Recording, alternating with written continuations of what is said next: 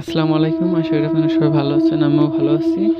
তো আজকের গল্পটা পাঠিয়েছেন একটা ভাইয়া। আমি তার মতন বলার চেষ্টা করছি। আমার নানি খুব অসুস্থ। তাকে ডাক্তারের কাছে নিয়ে গেলাম। বলল তার কিডনিতে নাকি পাথর হয়েছে। সেদিন ডাক্তারের কাছে নিয়ে গিয়েছিলাম। সেই দিন থেকে আমাদের বাড়িতে কিছু না কিছু একটা ঘটেই যাচ্ছে। আগে বলে রাখি, আমি এবং আমার মা-বাবা আমার নানির বাসায় থাকি। আমাদের বাড়িটা একটু সমস্যা হচ্ছে, সেজন্য আমরা আব্বু আম্মুর বাসায় থাকি। তখন রাত 12টা বাজে। আমরা সবাই জেগে রয়েছি, কারণ আমার নানি খুব অসুস্থ হয়ে পড়েন, একদম মরার মতন অবস্থা। আমার আম্মু তো খুব কান্না করছে, আর আমরা 2 বোন আর 2 ভাই। এখন আমরা কি করব? আর আমাদের নানিদের বাসার এক পাশে তাল গাছ আর এই পাশে ভাতঝাড়। আমরা এখন খুব বেশি ভয় পেতে লাগলাম। আমরা এখন কি করব? আমরা পাই যেন একটা সেখানে ঘুরে বেড়াচ্ছে। আমরা